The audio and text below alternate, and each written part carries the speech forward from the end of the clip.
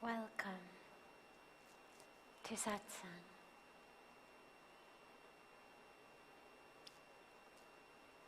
So beautiful to be together with you all on this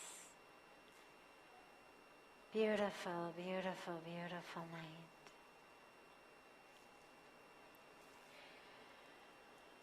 We begin Satsang usually with a question that's come in from our family joining us from all over the world. One of the great blessings of the gift of technology is that for people who aren't able to be here physically, they can join the Ganga Arti, they can join the Satsang through our beautiful gift of technology, and they send in questions. So out of deference to the fact that they're not able to be here personally, मेरी आवाज़ नहीं आ रही है पीछे आपको? आ रही है ठीक से? अच्छा, okay. Out of deference to the fact that they're not able to be here physically, we start with a question from them, and then we open it up to any questions that anyone here might have. There's a microphone right here in the center, so just feel free to come to the mic and ask your question. But starting with one that's come in advance. How can I use yoga to overcome fear, anxiety, and stress in my life? How can I use yoga to overcome fear, anxiety, and stress? Great question. So first of all, it's important to realize we'll talk about asanas, the actual exercises, but it's important to realize that yoga is not just the exercises. It's not just about which exercises can I do to become calm. Yoga is a system, a science, an art of uniting with the divine. That's actually what it means. The word yoga literally means union. Most of us think about it as a union of, our nose to our knees or our fingertips to our toes. But it's actually a union of self to the divine. When you are united with the divine, stress automatically goes. There's no stress. Stress is because we are living as this separate individual body. What's in it for me? What am I going to get? What's going to happen to me? So I'm stressed. If I'm competing with someone, naturally I want to be first. What if they win? I'm stressed. If I want something from someone and they're not giving it to me, whether it's love, whether it's respect, whether it's appreciation, whether it's more money, I'm going to be stressed. When I stop living in separation and I start living in oneness with the divine, the stress disappears. It all disappears. Because you're living in a constant state of abundance. Doesn't mean you're necessarily going to have a lot of money. Doesn't mean you're going to have a big house and a lot of cars. Doesn't mean you're going to have 2 million followers on TikTok or Facebook or Instagram. But it means that internal experience will be one of the cup that runneth over. That instead of it being about what you have, a lot of us mistake abundance and prosperity for being about what we have. It isn't. It's about how you feel about what you have. I grew up in America, in Los Angeles, in a world surrounded by people who had a lot of money, a lot of prosperity and opportunity and wealth on that level. And yet, tragically, almost all of them wanted something more. There was a sense in almost everyone still of stress, of tension. Whether how they looked, what their house was like, what their career was like, their family. No matter what you have, if it's all on the outside, you're always going to feel empty on the inside. Doesn't matter how big the mansion you're sitting in is, or how many cars there are in the driveway. If you are not deeply connected to the divine, to source, to truth on the inside, you're going to feel empty. And so yoga is the path through which we experience that union. The sage Patanjali gave us, there's a lot of different works on yoga, but the sage Patanjali gave us 8 limbs of yoga, what's called Ashtanga Yoga, and a system beginning with how you live in the world, truthfulness, non-violence, not stealing or hoarding, having integrity and purity in your relationships, having purity in your life, doing your sadhana, doing your tapasya, doing your reading of scriptures, your study of the self, surrender to the divine, beginning with that.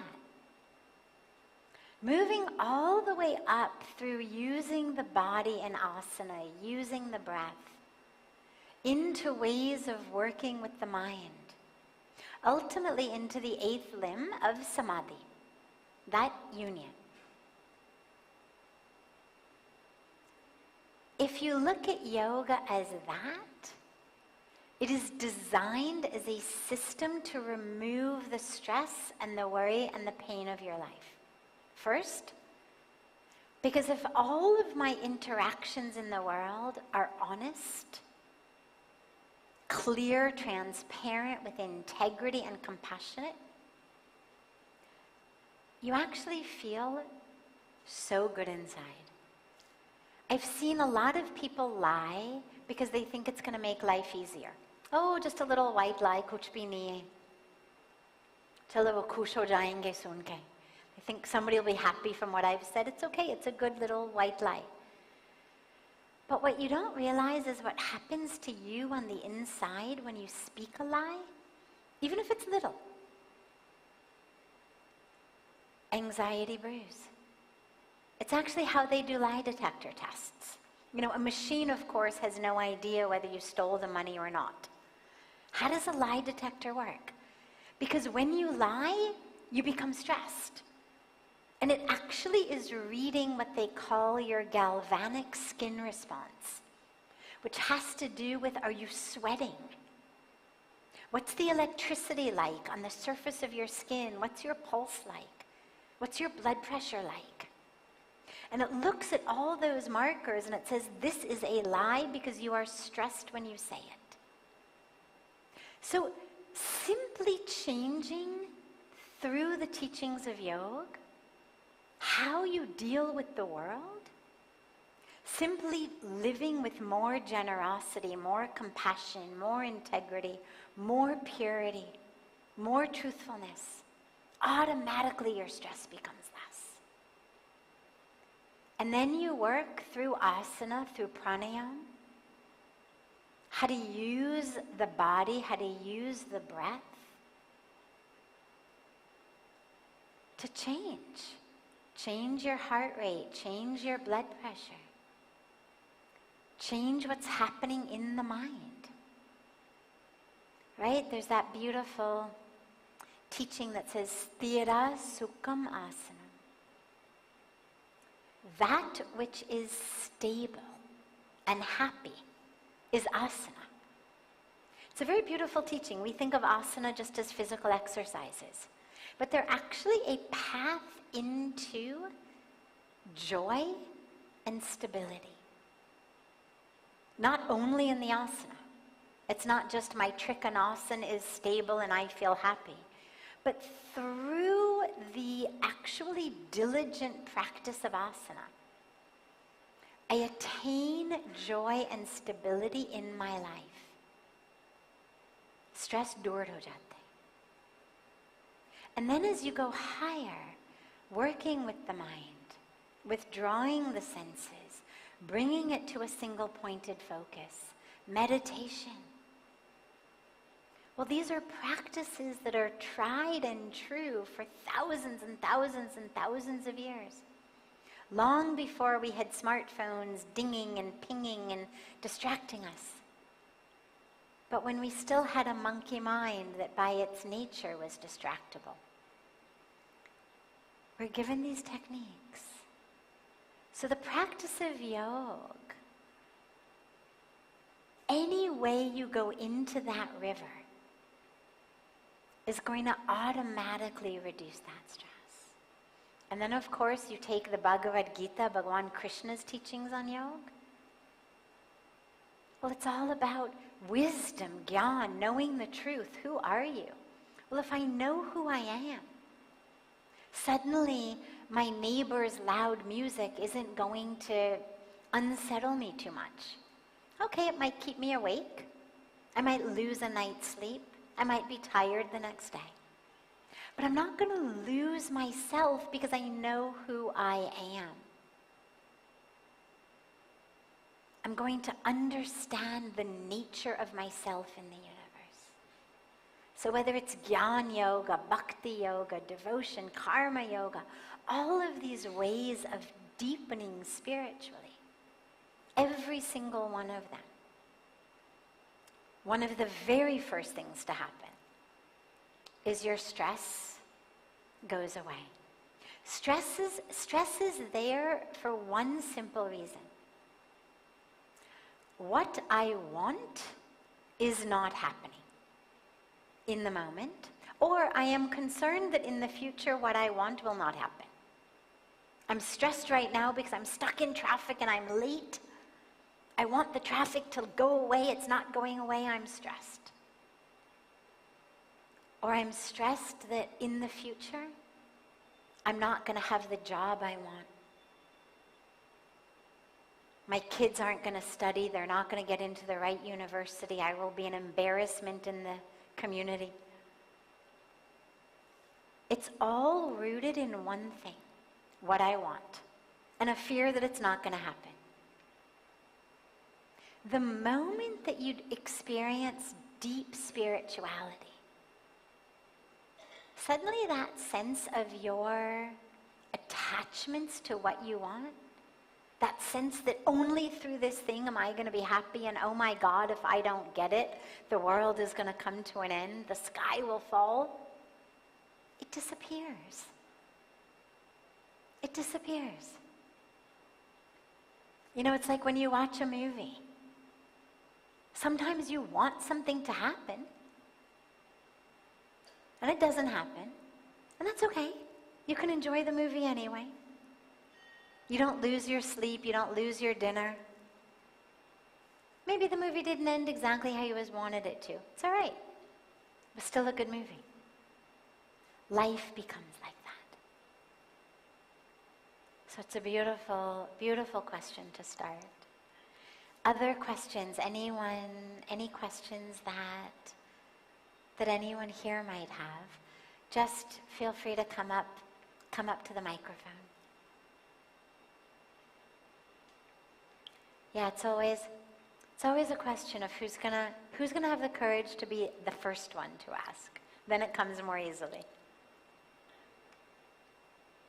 Yes.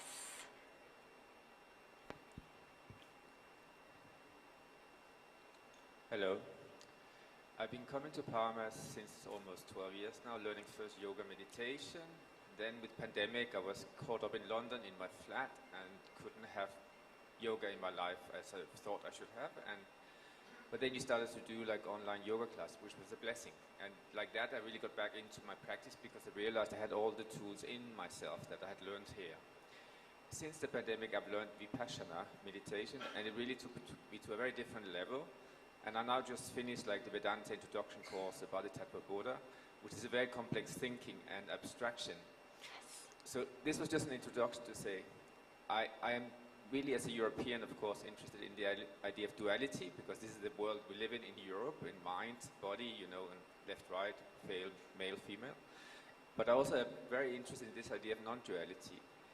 How is it possible to integrate the two in the same life or being or practice of yoga or, yeah? Beautiful question. Beautiful question. So, in the Vedic tradition, the tradition of Sanatan Dharma, there are almost an innumerable number of different paths to the divine. An almost innumerable variety of different ways that you can worship. But there are two main distinctions. The main distinction is between what we call a non-dual path, which is a path of bhakti, a path of devotion, a path of loving God. Whatever form it may be in, whatever way, whatever name, but a path of loving God. We sit on the banks of Ganga, we sing Hare Krishna, Hare Ram, we sing Ma Gange, Jai Ma Gange, we sing the Hanuman Chalisa. We worship the divine, we perform arti to the divine, we perform it in temples, we perform it on the banks of Ganga. It is part of a practice of bhakti, allowing that love for God to blossom in our hearts. And of course, loving God, bhakti yoga, is one of the most powerful and also one of the simplest ways to access God. If you think about it, love is so easy. Love comes so naturally to us. And when you love someone, you automatically become one with them. And in that oneness, whether we say self-realization, God-realization, moksha, we attain it through love. There's many, many, many beautiful examples of sages and saints and mystics, not only of the Hindu tradition, but of so many different traditions in the world, who were lovers of God. Lovers of God, from Rumi to St. Francis of Assisi, to so many, all the different religions have them. Beautiful path to God. We tell stories of Mirabai and her merging into Krishna, not just in heart, but even in body. It's a very powerful path. The path of love is a path that, well, without love, I think it would be very difficult to attain really anything worthwhile in life. Even just peace, joy, meaning in life. But especially that realization of God. And then we come to the non-dual path. And the non-dual path, again, has many different lineages and options within it. The main one is something called Advaita Vedanta, which is what you've been studying here for the last several days. And it's a path in which there literally is no two. There is no separation. It is non-dual. Nothing but the divine. Nothing but existence, or Brahman, this supreme reality from which we've never been separate. So it's not about a reunion. Remember we said yoga is about union? Well, union implies there are two that are coming together into one. According to the non-dual tradition, there are no two. And so in the bhakti tradition, in the yoga tradition, we are given a lot of different tools and techniques and practices. Whether it's prayer, whether it's chanting, whether it's kirtan, whether it's puja, whether it's yogasanas, pranayama, all of these practices to attain God, to attain realization, to purify our mind so we can experience the truth of God. In the tradition of non-dualist,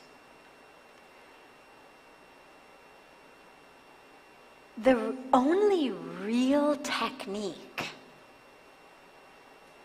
that would be given is one of meditation, so that you can become aware of the truth as it is. It's not about building something, deepening something, growing something, nothing. There is nothing to be done. You just need to wake up to the truth and the awareness, remove the illusion. There is no separate self. That is all Maya. And that's how the breakthrough would happen. Now, how do you combine these? As we were speaking about the other night, for me in my life on a personal level, I'm sure there are people who would say, oh, you can't combine them. I don't think that is true at all. I say that from personal experience, and I say that actually from some of the most beautifully enlightened, non-dual masters I have had the benefit of meeting, who, you could see it in their eyes. There was a love in their eyes, a light in their eyes that arises only in that deep love. And yet they were masters. Masters of Advaita, masters of the non-dual tradition, masters of Vedanta. But somewhere along the way, as they mastered the truth, they fell in love with the truth. It wasn't that they were doing puja or singing kirtan to an image of God, but somewhere in the experience and the connection to that truth, they fell in love with the truth. Because you could see it. It's palpable. When you are in the presence of someone who knows and loves God, again, by any name or no name, as a separate being, as not a separate being, doesn't matter, but you feel it. What I've integrated and I work with in my life is a Gyan Yoga path that is very Vedantic, that is very non-dual, that is very much about a non-separation, a dropping into the awareness of self as inseparable from all of existence, an awareness of self as that Sat Chit Anand, that truth, that existence, that consciousness, that bliss. An awareness that all of the drama, the frustration, the stories, the anger, the desires, the aversions, that it's all drama. That it's all drama. And to see it as drama and not be attached to it. And to keep remembering and recognizing that true self that is unchanging, never born, never dies, never changes. And so that's a core meditative, contemplative, introspective technique that I use to keep reminding myself. And yet, sitting in Ganga Arati, all I want to do is love God and just sing and pray in love for the divine. And in certain temples, in certain holidays, when certain prayers or songs are going on, I am so filled with a love for God that tears just pour out of my eyes. And the idea of somehow stopping that ecstatic tears and saying, wait, actually, Krishna's not separate from you. And it would be not only ludicrous and painful, but counterproductive. Because remember, they're all pathways, ultimately into an experience. Life's not a test. It's not that there's going to be a multiple choice exam when you die. It's about what have you realized on the inside? What have you experienced on the inside? And how has that realization impacted how you live your human birth? That's what determines both the quality of your life here and what happens after you die in your rebirth. So take the beautiful teachings that you've been given, meditate on them, integrate them into your life. Every time you feel like you're going to get angry or frustrated or stressed or attached, just remember, neti neti, not this, not that. Every time you look in the mirror, whether you look in the mirror and you say, wow, looking handsome today, or you look in the mirror and you say, oh my God, you look awful. Either way, remember, neti neti. Just let it be your daily practice. And when you see a sunrise or a sunset, or you look in the eyes of a brand new baby, or anything happens in the world that fills you with love for the divine creator, even though we know that this creation is Maya. It's Leela. It's the divine play, okay. But you know what? Art is one of the greatest joys of life. I mean, could you imagine if we said, thou shalt never go to, a beautiful play because it's not real? How much we would deprive ourselves.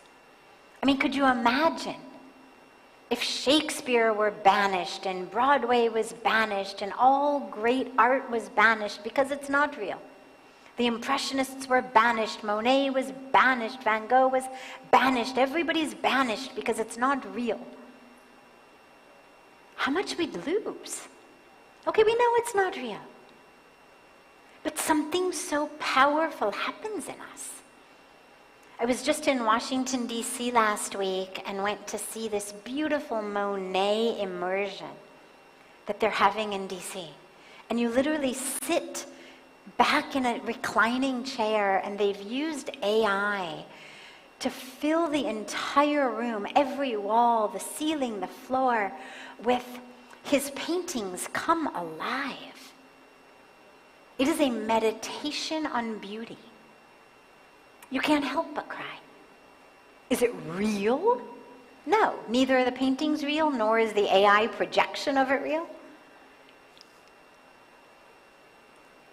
But am I better because of the experience? Absolutely. So let yourself have those as well. Love is a very powerful energy.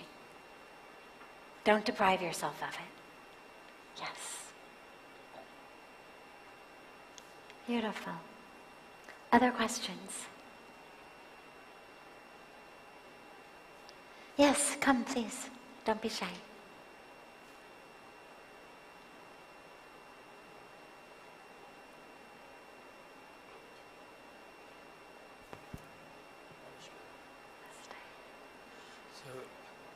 said, like, when we want something, we become more stressful, right? Is it like bad to want something? And also, if I desired something, isn't it giving me some motivation to grow, to discover what's not been discovered? Yes, beautiful. Desire is not bad at all. Desire actually is wonderful. If we had no desire, we would never get out of bed in the morning. It is desire that propels us out of bed. Even if it's only desire to use the bathroom or have a shower or have breakfast, it is desire that propels us out of bed. There is nothing we would do if we didn't desire it. आप लोग रहने दो, कोई बंदे बैठ जाओ, हो गया, बैठ जाओ. There's nothing we would do if we didn't desire it. So desire is wonderful. It's an energy. The dilemma arises when when we become attached to the outcome of what we desire. And even more than that, when we expect that what we want will happen. So have a desire, no problem. Fantastic. But if what you desire doesn't happen, then what? That's the question. Can you hold the desire very sincerely and very lightly? Plant seeds with love, with sincerity, with dedication, with tenacity, and with full awareness that you have absolutely no control over what blossoms, what flowers, what fruits, and what doesn't. It is not in your hands. So let your desire be a catalyst, sure, but then ask yourself, what am I desiring? Because if we recognize that desire is an energy, you got to be sure, what are you desiring? If I'm using my energy to work toward my goals, then you better be sure that you've got good goals. Otherwise, where are you going to be? Right? Mahatma Gandhi said so beautifully, what is the point of running so fast when you're running in the wrong direction? So we've got a lot of technology, of science, of ways of gaining speed, literally and metaphorically. But where's our direction? So have desires, absolutely. But ask yourself two critical questions. Number one, where is this desire taking me? So for example, if I have a desire for revenge against somebody who hurt me, okay, at the end of the day, let's say I achieve it. Then what? Where am I? A lot of bad karma, a lot of wasted energy, a lot of conflict. As Pujya Swamiji says, you've just opened up a brand new file in your karmic filing cabinet. For what? If you've got a desire to eat a lot of pizza or to eat chocolate cake or to go out and get drunk, ask yourself, okay, let's say I get it, then what? How am I going to feel when I wake up tomorrow morning? How am I going to feel after the realization of this desire? Or even something more common like a desire for a lot of money. Well, there's no problem with money at all. It also is just an energy. But you've got to ask yourself, if that becomes the catalyst for my life, by the time I achieve it, if I do achieve it, where am I in the other areas of my life? What do I have to forsake in order to make all of that money? What do I have to do? Who do I have to cheat? Whose head do I have to step on? Who do I have to push out of the way? What corners do I have to cut? What ethics and values and morals do I have to compromise on? And maybe you don't. Maybe you're one of the beautiful, fortunate few who's able to actually attain great wealth in alignment with great integrity. It happens. But you've got to be conscious about that. Because if the ultimate goal is money, then we become prepared to sacrifice everything else along your way. So ask yourself, number one, what are the goals? And where are they taking me? And number two, ask yourself, if I don't get it, then what? And if I'm going to be miserable and lose myself, then this desire is just an exercise in frustration. Can you hold the desire lightly? You have the desire, wonderful. It happens, great. It doesn't happen, okay. That's the way to hold it. It isn't the desire itself that's the problem. It's the expectation that I will get what I want and my reaction when I don't. Beautiful. Wonderful. Have a beautiful, beautiful rest of your evening, everyone. We will not be having satsang for the next few nights. I know we just started back up again, but I am traveling tomorrow. I will be back on the 8th, Sunday. We will start satsang again on Sunday. Make sure, though, on Sunday that before coming to satsang that you come to the beautiful Ganga Arati. It's something you should make sure you come to anyway. If I am not in the Arati, it means my travel got delayed and that we will be starting only from Monday the 9th. If I'm there in the Arati on Sunday, it means we will be having satsang. As of now, my plan is to be back on Sunday afternoon and to have satsang in the evening. But just if by chance I get late, we'll be starting again on Monday. But you'll know from the beautiful Arati on Sunday evening. And have a beautiful, beautiful next few days. And in the meantime that I'm not here, please do be sure anyway to take advantage of the beautiful yoga classes and meditation classes and philosophy classes and everything that's here. And so much love to you all.